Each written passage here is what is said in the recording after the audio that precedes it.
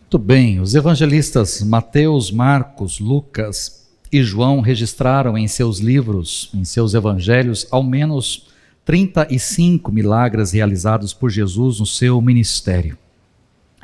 No mês de fevereiro nós vimos 4 desses milagres, que foi a transformação da água em vinho, a cura do filho de um oficial do rei, a primeira pesca maravilhosa e a cura de um endemoniado em Cafarnaum. No último domingo de julho e nos 4 domingos de agosto, nós vimos mais 5 milagres. A cura da sogra de Pedro, a cura de um leproso, a cura do paralítico de Cafarnaum, aquele que desceu do teto até a presença de Jesus, a cura do paralítico no tanque de Betesda e domingo passado vimos a cura de um homem que tinha sua mão direita atrofiada. E hoje, para nós encerrarmos a série neste ano, porque são 35 milagres, tratamos aí de 10, então ainda faltarão 25 milagres, quem sabe aí pela frente, 2025, 2026, sei lá para frente, a gente pode contemplar outros milagres, mas hoje nós estamos encerrando essa série, os milagres de Jesus, neste ano, e vamos falar sobre a cura de um endemoniado que era cego e mudo. Eu não sei, eu tenho 29 anos de caminhada pregando, desde 96. A gente tem pregado constantemente, basicamente todos os domingos, mas nesses 29 anos aí, eu nunca preguei esse texto. Eu não sei quantos ouviram, talvez, essa narrativa, Ontem eu comentando com a minha esposa, falando do que eu ia pregar, falei que era um endemoniado, cego e mudo, É tanta desgraça para uma pessoa só, Cara, é cego, mudo e endemoniado, falta mais o quê, Mas talvez você nunca viu, ou talvez nunca tenha lido, é um milagre curto, são apenas 2, 3 versículos, e a gente vai se basear nesses textos aí para falar ao seu coração. Mateus, eu vou me basear em 2 evangelistas, porque 2 trazem essa história, Mateus e Lucas. Eu vou projetar o texto para vocês, para facilitar, mas Mateus e Lucas trabalham essa, e eu faço questão de colocar os 2, porque existe diferença entre os 2 evangelistas, e ao mesmo tempo, um acaba completando o outro, em alguns aspectos, Então, Mateus capítulo 12, no verso 22 até o verso 24, diz o seguinte: então levaram-lhe um endemoniado, que era cego e mudo, e Jesus o curou, de modo que ele pôde falar e ver. Todo o povo ficou atônito e disse: não será este o filho de Davi? Mas quando os fariseus ouviram isso, disseram: é somente por Belzebu, o príncipe dos demônios, que ele expulsa demônios. Essa é a narrativa de Mateus. Quando a gente vai para Lucas, no texto paralelo, Lucas 11, verso 14 e 15, diz o seguinte: Jesus estava expulsando um demônio que era mudo. Quando o demônio saiu, o mudo falou, e a multidão ficou admirada. Mas alguns deles disseram: é por Belzebu, o príncipe dos demônios, que ele expulsa demônios. O que eu quero, por mais que seja curto, o que eu quero trabalhar com você de forma objetiva, de forma precisa, ainda mais de acordo com o tempo que temos hoje para trabalhar, Eu quero trabalhar alguns detalhes desse texto com você. O primeiro detalhe que eu chamo a sua atenção é que nós somos informados por Mateus que este homem foi levado até a presença de Jesus. Lucas diz que Jesus estava expulsando um demônio que era mudo. Mateus faz questão de dizer que este homem foi levado. Então levaram-lhe um endemoniado que era cego e mudo. Então somos informados por Mateus que este homem foi levado até a presença de Jesus. Isso me mostra que esse homem não era um mendigo. Este homem não era um andarilho, este homem não era alguém que vivia à beira do caminho. Ele não era alguém abandonado pela sua família, como aquele homem no tanque de Betesda. Não era alguém abandonado, alguém rejeitado, alguém deixado de lado. Não, este homem possuía uma família. Esse homem possuía amigos, esse homem possuía pessoas que se importavam com ele e que fizeram questão de levá-lo até a presença de Jesus. E quando eu falo pessoas, porque o verbo também está no plural, né? O verbo diz que então levaram-lhe um endemoniado. Pessoas levaram esse homem até a presença de Jesus. Ele não foi levado por uma única pessoa, mas pessoas fizeram questão de levar este homem, de acompanhar este homem até Jesus. Diante da sua situação, diante do seu quadro, não tinha como este homem ir sozinho. Então pessoas se reuniram, pessoas se juntaram e levaram. Esse homem precisava ser levado, então levaram este homem até a presença de Jesus. Esse é o primeiro detalhe. Um segundo detalhe que eu quero destacar para você, de acordo com Mateus, este homem possuía dupla deficiência. Este homem era cego e era mudo. Mas quando a gente chega em Lucas, o Evangelho de Lucas diz que ele era apenas mudo, mas não diz que ele era cego. Isso a gente precisa destacar. Mateus, ele era cego e mudo, mas Lucas apenas mudo. Não se trata aqui de duas pessoas diferentes. Nós não temos duas pessoas diferentes, ou duas narrativas diferentes, dois milagres diferentes. Não, trata-se da mesma pessoa, trata-se do mesmo milagre, narrado de pontos de vista diferentes, com detalhes diferentes, porque são autores diferentes. E aí eu chamo a sua atenção para o seguinte: a gente não pode se esquecer que esses milagres foram escritos 35, 40, até 50 anos depois que Jesus subiu aos céus. Aqueles que assistiram, por exemplo, The Chosen, ou assistem The Chosen, tem lá o Mateus, que era um coletor de impostos, e esse Mateus se torna um discípulo de Jesus. Mas se você reparar, este Mateus está sempre com um bloquinho de anotação, e ele está ali anotando as coisas. Quem dera, queridos, quem dera isso de fato acontecesse. Quem dera, à medida que os milagres fossem acontecendo, à medida que Jesus fosse trazendo ensinamentos, tivesse alguém ali anotando, né? Quem dera. Quando nós estudamos, por exemplo, a história do nosso país, a história do Brasil, vimos que em 1500, quando Pedro Álvares Cabral veio para descobrir o Brasil, tinha uma pessoa do lado dele que era um anotador, que é o Pero Vaz de Caminha.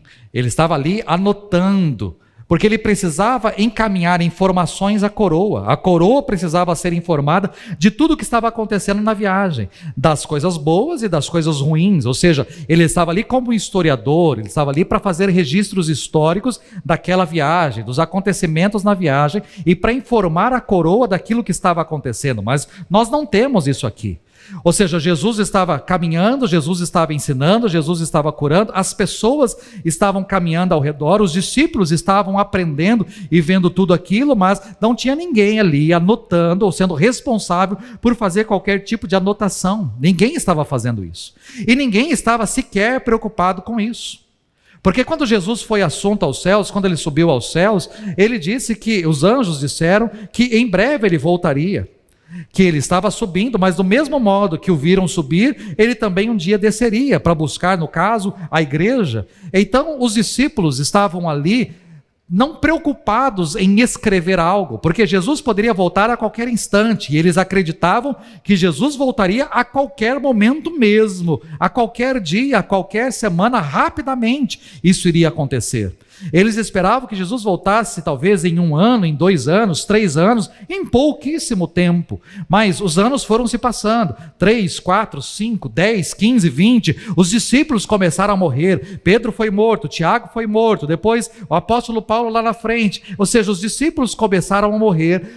Aqueles que viram os milagres, principalmente, aqueles que estavam presentes nos milagres de Jesus, começaram a morrer. Então surgiu-se a necessidade de escrever. Como Jesus não voltou, e os discípulos estavam morrendo, surgiu-se a necessidade de escrever, de relatar. Então começaram pela morte de Jesus, pela sua ressurreição, e depois juntaram os ditos e os feitos de Jesus, e aí surgiram os evangelhos.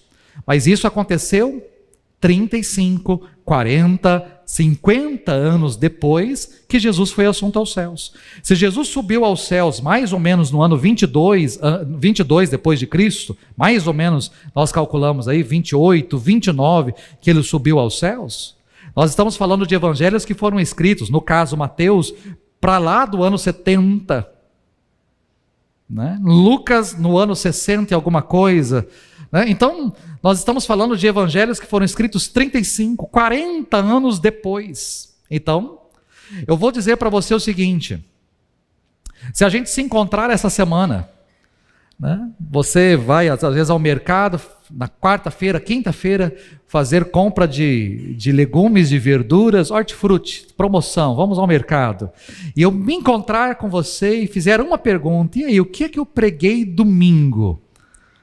Você não vai se lembrar. Você vai falar: pastor, não sei, foi boa, hein? Sua palavra foi boa, mas o que é mesmo que o senhor pregou? Foi de um paralítico? Foi de um cego? O que eu não sei? O senhor pregou como é um milagre. Eu sei que era milagre. Talvez o máximo que você vai falar é isso. Eu pergunto para você, se daqui a 40 anos, em 2064, eu me encontrar com você e perguntar o que eu preguei em 1º de setembro de 2024, eu duvido que você vai se lembrar.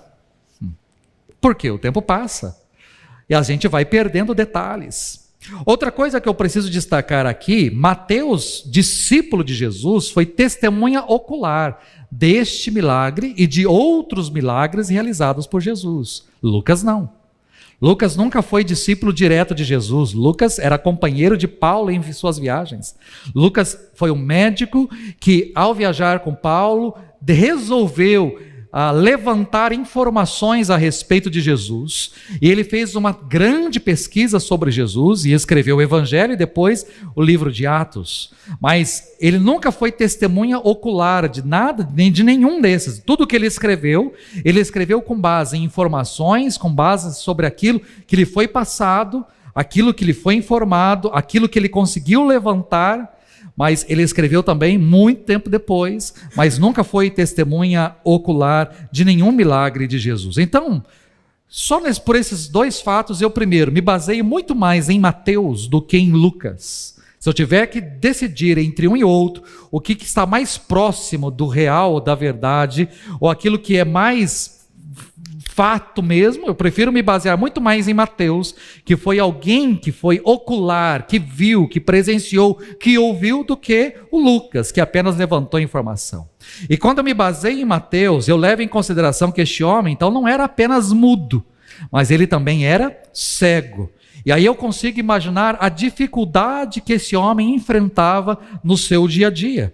Ele não enxergava, ele era cego, por isso é que ele foi levado até a presença de Jesus. Se ele fosse apenas mudo, quem sabe ele conseguiria ir sozinho, mas como ele era cego, ele foi levado até a presença de Jesus, porque ele não enxergava. E além disso, ele não conseguia se comunicar com palavras, porque era mudo, perdera a sua voz. Então temos aqui uma dupla deficiência e também um duplo milagre a ser realizado por Jesus. O terceiro detalhe que eu quero destacar nesse texto, e para mim talvez o detalhe mais importante, é que esse homem era endemoniado. De acordo com a minha interpretação, porque, irmãos, eu tenho vários comentaristas, vários livros de comentários, eu tenho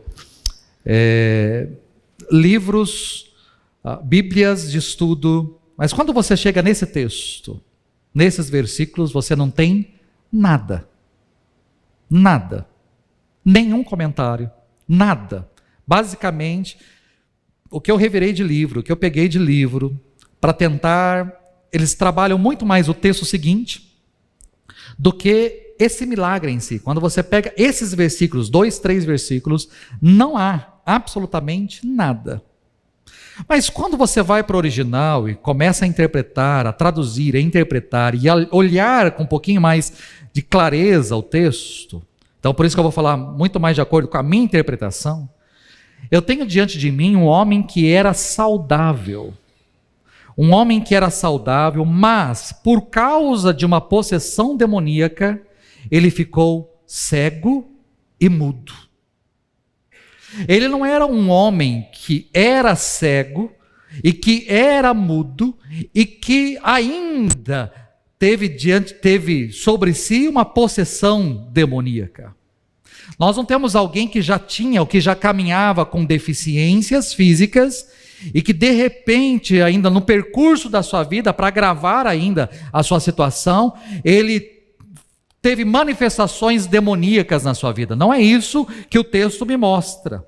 Este homem não era cego e mudo e passou a vivenciar uma possessão, mas ele era uma pessoa normal, sem nenhuma deficiência, mas o agir do demônio em sua vida o levou a ficar assim. Essas deficiências, tanto a cegueira quanto a mudez, vieram em decorrência da possessão demoníaca sobre a sua vida.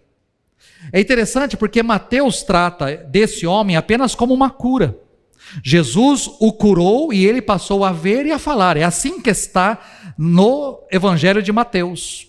Levaram-lhe um endemoniado que era cego e mudo, Jesus o curou e ele então passou a falar e passou a ver. Simples assim é que Mateus trata, como uma cura.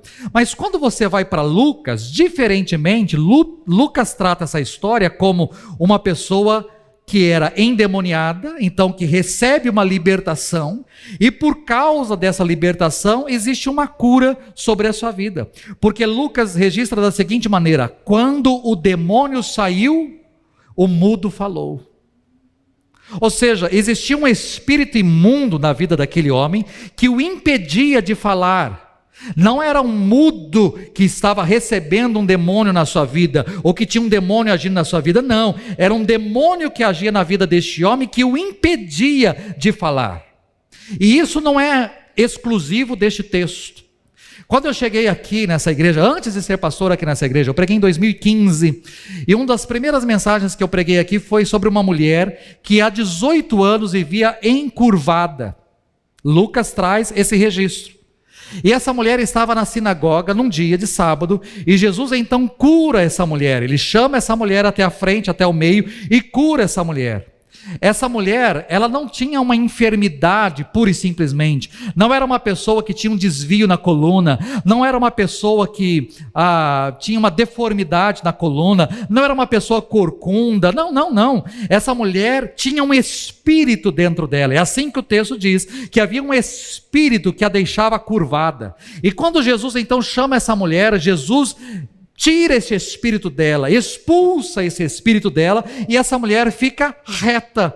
Ou seja, era uma mulher que era reta, era uma mulher que era ereta, mas com essa possessão demoníaca ela foi se encurvando, porque o demônio a deixava encurvado. E Jesus então a liberta e a cura. É o mesmo caso que temos aqui. Um demônio que agia na vida deste homem, e este homem então era mudo e cego em decorrência da ação demoníaca na sua vida.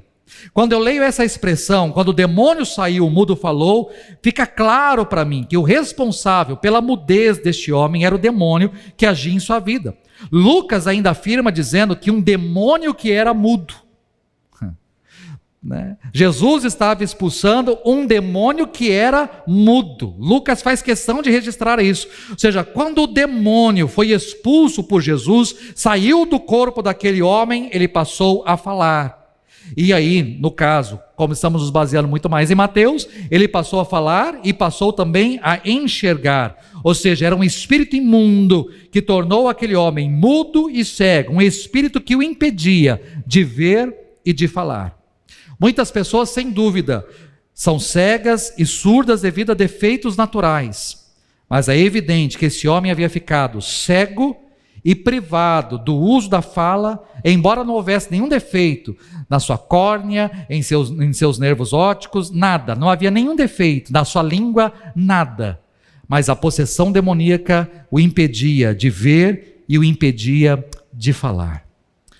Um quarto detalhe que eu preciso destacar para você é que diante dessa situação, da situação daquele homem, Jesus então estava muito certo do que estava acontecendo na sua vida. Diante do seu histórico de vergonha e dor, Jesus foi simples, Jesus foi objetivo. Jesus viu a sua cegueira, viu a sua mudez e viu que isso tudo era oriundo da ação de um demônio na vida daquele homem. E para devolver a visão e para devolver a fala àquele homem, Jesus expulsou o demônio. E segundo o texto bíblico, imediatamente aquele homem começou a enxergar e a falar. Não temos no texto a forma como Jesus expulsou o demônio. Não há nenhuma palavra, para dizer bem a verdade, não há nenhuma palavra da parte de Jesus aqui. Não há uma fala. No texto seguinte, sim, na discussão entre Jesus e os fariseus, mas nesse pedaço aqui nada, apenas trouxeram e este homem é curado por Jesus, mas não há registro de nenhuma palavra, de nenhuma expressão, de nenhuma fala, nenhum comando, nenhuma ordem. Mas, independentemente da forma usada por Jesus, aquele homem foi liberto e também curado das deficiências causadas pela ação demoníaca na sua vida. Liberto da ação do demônio, curado de sua visão, podendo falar novamente. Nós temos diante, não só dos nossos olhos, mas diante das pessoas que estavam ali, um milagre extraordinário. Porque Jesus já tinha expulsado o demônio de pessoas que tinham demônios na sua vida. Jesus já havia expulsado demônios. Jesus, ao longo do seu ministério, curou pessoas que eram cegas. Nós temos relatos de pessoas que eram cegas e Jesus trouxe a visão a essas pessoas, ou elas enxergaram pela primeira vez. Nós temos pessoas que eram mudas e Jesus então toca na língua da pessoa e diz, inclusive, efatá, que quer dizer abra-te. E aí, no caso, aquele homem tem a sua boca aberta, o seu ouvido aberto, ele passa então a falar e a ouvir. Nós temos casos assim, mas aqui nós temos uma concentração. Nós temos uma pessoa endemoniada, uma pessoa cega e uma pessoa muda, tudo numa única pessoa, ou seja, é um milagre extraordinário. Jesus liberta e cura a mesma pessoa de uma possessão e das consequências dessa possessão. Aquele homem que foi levado por outros, agora poderia voltar para casa sozinho.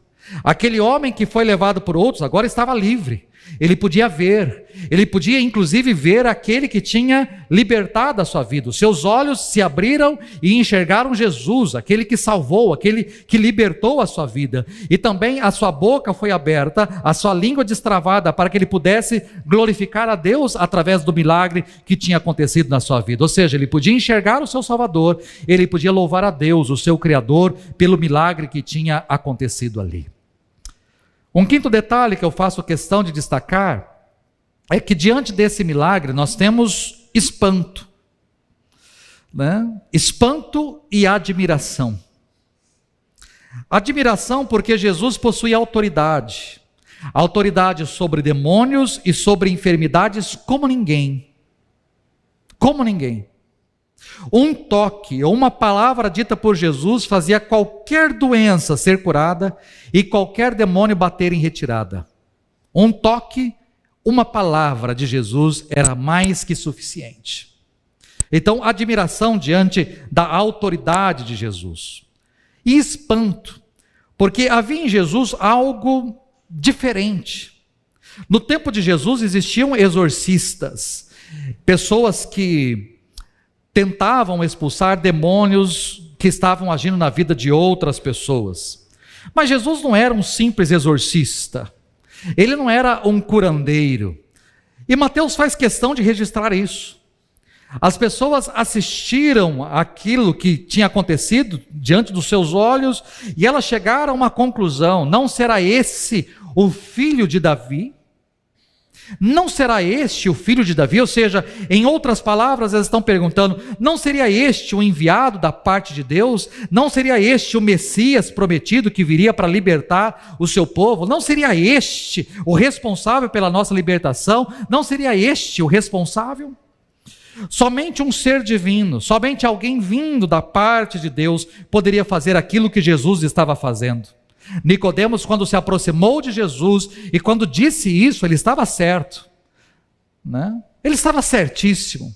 Só uma pessoa vinda da parte de Deus, enviada por Deus, poderia fazer os milagres ou ter essas atitudes que o Senhor Jesus tinha. Nicodemos estava certo. Jesus não era um homem qualquer, não era um homem comum.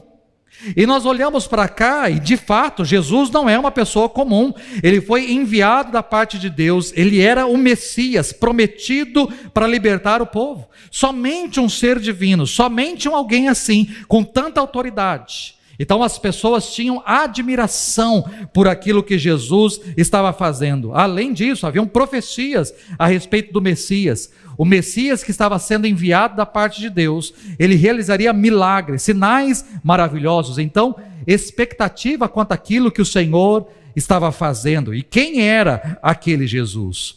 Jesus era cheio do Espírito. Era tremendamente usado por Deus para abençoar a vida das pessoas ao seu redor. E a aceitação ao seu ministério, reconhecimento de quem ele era, ficava cada vez mais nítido diante das pessoas, diante dos olhos das pessoas, quem de fato era Jesus, o enviado da parte de Deus, o Messias, aquele que tinha poder absoluto sobre todas as coisas. Ele era Senhor sobre tudo e sobre todos. Tudo estava submisso a seu comando, ao seu mandar, à sua autoridade.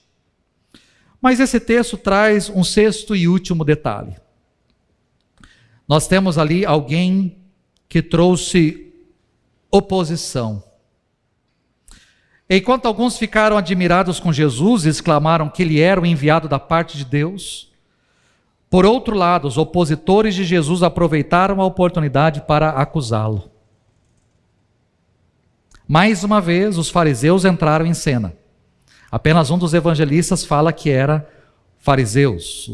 Um dos evangelistas não diz isso, né? Mas nós temos aqui novamente os fariseus entrando em cena.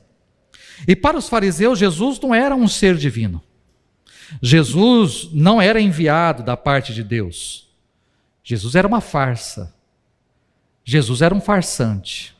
Jesus não passava de um mágico, de um curandeiro, de um milagreiro, de um taumaturgo. Jesus não tinha absolutamente, para os fariseus, Jesus não tinha nada de especial, nada de divino. Para os fariseus, Jesus inclusive expulsava os demônios em nome do príncipe dos demônios, que é Beelzebu. Vai falar, pastor, mas que palavra é essa? Beelzebu são duas palavras. Bel vem de Baal. A palavra Baal quer dizer Senhor. Baal quer dizer Senhor. E a palavra Zebu é a palavra para moscas. Beelzebu seria então o senhor das moscas, no sentido de senhor das trevas, senhor da podridão, senhor daquilo que é terrível. Então, Beelzebu vem nessa direção. E os fariseus, eles saem com essa.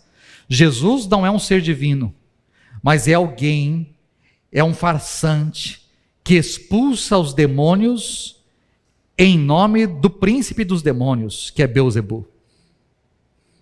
Em outras palavras, o que os fariseus estavam querendo dizer aqui é o seguinte: Jesus não tem nada de divino, pelo contrário, ele é enviado pelo próprio Beelzebu. Ele tem um contrato com Beelzebu. Ele veio para cá para fingir tudo isso. Ele finge que expulsa, os demônios fingem que saem, porque ele expulsa os demônios em nome do próprio Beelzebu. Mais ou menos isso que os fariseus estão levantando aqui. Ele não tem autoridade nenhuma, ele não tem poder nenhum, ele não tem domínio nenhum, ele é absolutamente nada. Jesus é nada. Essa é a oposição que os fariseus fazem. Eu não trabalhei o texto todo, só trabalhei o milagre em si. Tanto Mateus quanto Lucas depois trazem 13 versículos, os dois. Cada um traz 13 versículos de um debate entre Jesus e os fariseus. Por que eu não trouxe? Porque existem 2 a 3 parábolas que Jesus traz para explicar exatamente essa situação aqui dele expulsar demônios por Beelzebu. E aí, a gente tem tempo limitado. Eu teria que explicar não só o milagre, mas eu teria que trabalhar as parábolas que Jesus traz ali para que você pudesse entender. Se você quiser ler na sua casa, você pode ficar à vontade. Mas existem 13 versículos depois de debate entre Jesus e os fariseus. Porque eles estão ali convictos de que Jesus não representa nada. E Jesus então vai se defender, dizendo que ele expulsa demônios, não por Beelzebu, porque isso é ilógico. Mas ele expulsa os demônios porque ele é o dedo de Deus para expulsar os demônios. Mas, quando eu terminei essa mensagem, eu comecei a fazer na quinta, na sexta-feira eu tinha terminado. Mas ontem, parei aqui e falei, Deus, expliquei o texto. Mas o que isso tem a ver? Ou como é que eu aplico isso? Como é que isso traz sentido, tem sentido para a minha vida? Porque é um milagre curto, infelizmente, poucas vezes ou nunca trabalhado. Mas o que eu posso trazer de prático? E aí eu fiz 2 perguntas para mim, que eu quero fazer também para você. A primeira pergunta é, o que trouxe você a este lugar hoje? A equipe de louvor pode vir para cá. O que é que trouxe você para este lugar hoje? O que trouxe? Aquele homem foi levado até a presença de Jesus porque tinha uma história de dor e de sofrimento. Há uma história por trás aqui, por trás deste homem, há uma história de dor. E ele sabia muito bem da sua história de dor e de sofrimento. Um homem que tinha uma vida normal, uma vida tranquila, mas de repente, não sabemos quando, não sabemos o porquê, mas de repente um demônio começou a agir na vida deste homem, e ele, à medida que este demônio agia, ele passou a ficar cego e ele passou a ficar mudo. Qual é a sua história? Qual é a sua dor? Qual é o seu sofrimento? O que trouxe você até este lugar? Uma segunda coisa que eu pergunto para mim e pergunto para você: o que tem impedido você de viver? O que tem impedido você de viver? O que tem sugado a sua vida? O que tem impedido você de ver? O que tem impedido você de falar? O que tem impedido você de ser você? Porque aqui existia uma ação demoníaca que estava impedindo aquele homem de ser quem de fato ele era. Algo que estava impedindo aquele homem de viver a sua vida. Algo que desestabilizou, desestruturou completamente a história dele. E a pergunta que eu faço, não assuste com a pergunta, mas que demônio que tem agido em minha vida ou na sua vida, que tem nos impedido de ir além, que tem nos impedido de avançar? O que é que tem vindo sobre mim e sobre você que tem nos impedido de prosseguir? E eu falo isso, quando eu falo para você não se assustar, porque de fato, muitas vezes a gente fica com os olhos fechados para esse mundo, para este universo, e nós nos esquecemos do que está acontecendo ao nosso redor, porque os nossos olhos estão muitas vezes fechados. Os meninos que estavam aqui de manhã, que assistiram a mensagem de manhã, enquanto eu estava pregando, de repente deu um estouro no som aqui enquanto eu estava pregando. E toda vez que eu falo em demônio, que eu falo em diabo, que eu falo em Satanás, toda vez, alguma coisa acontece. Toda vez, alguma coisa acontece. Brinquei com o pessoal levou um susto, falei, é para acordar vocês, né? Brinquei, mas eu sabia, como eu sempre sei, o que há por trás. Há por trás. Você acha que o diabo quer que você seja liberto? Que você seja livre? Que você tenha salvação? Que você seja curado, seja restaurado? Ele não quer isso. Ele quer nos escravizar. Ele quer nos destruir. Mas é interessante como a gente fecha os olhos para isso. Nós vivemos a nossa vida como se as coisas acontecessem pura e simplesmente aqui, e não existisse nada de espiritual ao nosso redor, agindo, tentando contra as nossas vidas, mas há. E quando eu digo para você que existem coisas que nos impedem, porque de fato existem. Existem, por exemplo, palavras que foram lançadas sobre as nossas vidas, maldições que foram lançadas sobre as nossas vidas, que nos impedem de prosseguir. Existem pessoas que carregam dentro de si essas palavras que foram ditas lá atrás, coisas que foram faladas por pai, por mãe, por tio, por amigo, por irmãos, coisas que foram ditas lá atrás. Existem pessoas que vêm carregando isso, e nada dá certo na sua vida, e nada dá certo porque existem essas palavras que criaram um ninho aqui dentro. E quando ela começa a avançar, quando ela começa a prosperar, quando ela começa a ir, ela se lembra dessas palavras, e as coisas começam a dar tudo para trás novamente. Por quê? Há um peso sobre a vida dela, há algo que está limitando, porque disseram lá atrás: você não presta, você não serve, você não vai dar nada, você não vai funcionar, nada vai dar certo na sua vida, nada vai acontecer, você não vai prosperar, você nunca vai, nunca vai. E ela vai ouvindo, foi ouvindo, e acumulando isso dentro da sua vida, e ela não avança. Existem pessoas que não se relacionam. Conheço pessoas assim que não se relacionam, porque lá atrás disseram isso: você não vai namorar ninguém, você não vai casar com ninguém, você vai morrer solteira, nenhum homem vai aguentar você, você nunca vai. E ela carrega isso, ela até começa alguns relacionamentos, mas de repente trava. Por quê? Porque essas palavras vêm à tona, essas palavras vêm sobre a sua vida, e ela começa a dizer: eu nunca vai dar certo, eu posso até casar, mas eu acho que eu vou divorciar, porque nenhum homem vai me aguentar, porque lá. E ela fica com isso. São coisas que estão vindo sobre a vida dessa pessoa. O que é que tem vindo e tem sugado a nossa força, a nossa energia? Talvez você saiba disso. Talvez você veja outras pessoas prosperando e avançando, e você não vai. E por que você não vai? Porque talvez tenha uma preguiça que domina você. Uma preguiça, você não consegue levantar, você não quer trabalhar, você não consegue, porque existe algo que tem te arrastado, tem te prendido, é uma preguiça que tem dominado sobre você. E você vê os outros proativos, fazendo, acontecendo, avançando, prosperando, enriquecendo e tudo mais, e você olha para você mesmo e diz assim: mas por que eu não vou? Mas você não vai porque existe algo que te prende da cama, que te prende diante de um celular, que te prende diante de um computador, que te prende diante das coisas, e você fica preso e não vai. Você procrastina, ao invés de avançar. Você tem uma agenda, você sabe o que tem que fazer, mas hoje você não faz, joga para amanhã, joga para quarta, joga para quinta, joga para a semana que vem, joga para o mês que vem, e não vai. Por quê? Porque existe algo que domina sobre você. Parece que não te deixa ir, não te deixa avançar, não deixa acontecer, te prende.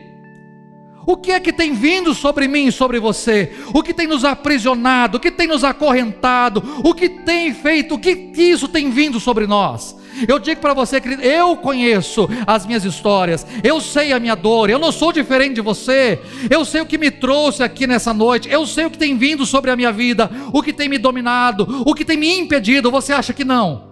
Existem coisas que vêm sobre a minha vida que me impedem de ser um marido melhor, um pai melhor, um pastor melhor, um administrador melhor. Existem coisas que vêm sobre a minha vida, existem palavras que vêm sobre a minha vida, existem situações que vêm sobre a minha vida e que me amarram e que me prende. Talvez isso esteja acontecendo com você também.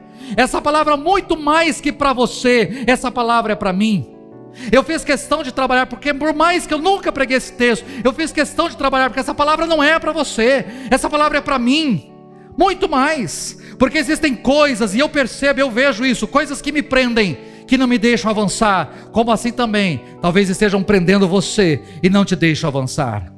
Mas, assim como Jesus estava lá naquele dia, Jesus está aqui também nessa noite, e como Ele libertou aquele homem, curou aquele homem, restaurou a vida daquele homem, Ele quer fazer isso comigo e com você.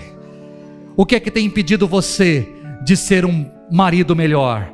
O que tem impedido você de ser um pai melhor? O que tem impedido você de ser uma esposa melhor? O que tem impedido você de ser um profissional melhor? Você sabe que se estudasse você avançaria, você sabe que se fizesse você avançaria, mas você não faz, algo te prende. Você sabe que se conversasse resolvia, mas você não conversa porque algo te prende. Você sabe que se pedisse perdão resolveria, mas você não consegue pedir perdão porque algo te prende. O que é que tem vindo sobre mim e sobre você, que nos amarra, que nos prende e que não nos deixa avançar? É a história deste homem. Ele não avançava, ele não via, não enxergava, não falava. Por quê? Porque algo dominava a sua vida. E talvez hoje exista coisa assim também. Pessoas estão dizendo: não, mas se você fizer isso, vai dar certo, porque vai acontecer isso. A pessoa do lado consegue vislumbrar, mas você não enxerga. Você não consegue enxergar algo que prende, você não consegue falar. o que é que tem vindo sobre mim e sobre você, e que tem nos impedido, é a história deste homem. Eu quero orar com você. Nós vamos cantar um pedaço de uma canção aqui, mas eu não quero que você vá embora do mesmo jeito que você entrou aqui, não. Eu não quero ir embora do mesmo jeito que eu entrei. Eu preciso do agir de Deus, eu preciso de milagre da parte de Deus, eu preciso que Deus faça algo. Irmãos, às vezes como pastor eu vejo, tem gente aqui que o casamento não vai. Passa semana, passa mês, passa ano e o casamento continua. O que acontece que o casamento não vai? O que tem impedido esse casamento de avançar? Já fez curso, já fez aliança, já fez mulher, já fez homem, já fez tudo, está na igreja, a mesma palavra, ouve a palavra, fala sobre família, prega sobre família, mas o casamento não vai. Que espírito que tem agido aí, que tem impedido o casamento de ir? Que espírito de orgulho que tem aí, que tem impedido de pedir perdão, que tem impedido você de buscar restauração, que não te faz baixar a bola e enxergar o outro como companheiro e não como inimigo? Será que os nossos olhos estão tão fechados assim? Então eu vim aqui para abrir os seus olhos. Enxergue o que tem impedido você, o que tem amarrado você. É hora de deixar o Senhor agir. É hora de você vir aqui dizer: Senhor, eu não quero mais, chega. Aquelas pessoas levaram aquele homem dizendo: Senhor, chega. Ele era bom, ele era saudável, está aqui, ó, endemoniado, cego, mudo. Muda a história deste homem. Deixa o Senhor mudar a sua história em nome de Jesus. Vamos ficar em pé, mas se você quiser, eu quero que você venha aqui à frente. Eu quero orar com você. Quero colocar a sua vida diante do Senhor. Não tenha vergonha, saia do seu lugar. E se você tem sentido que algo tem impedido você de avançar, de prosseguir, de caminhar, venha para cá. Pode ocupar aqui ao redor, fique à vontade. Mas nós vamos cantar e vamos receber em nome de Jesus.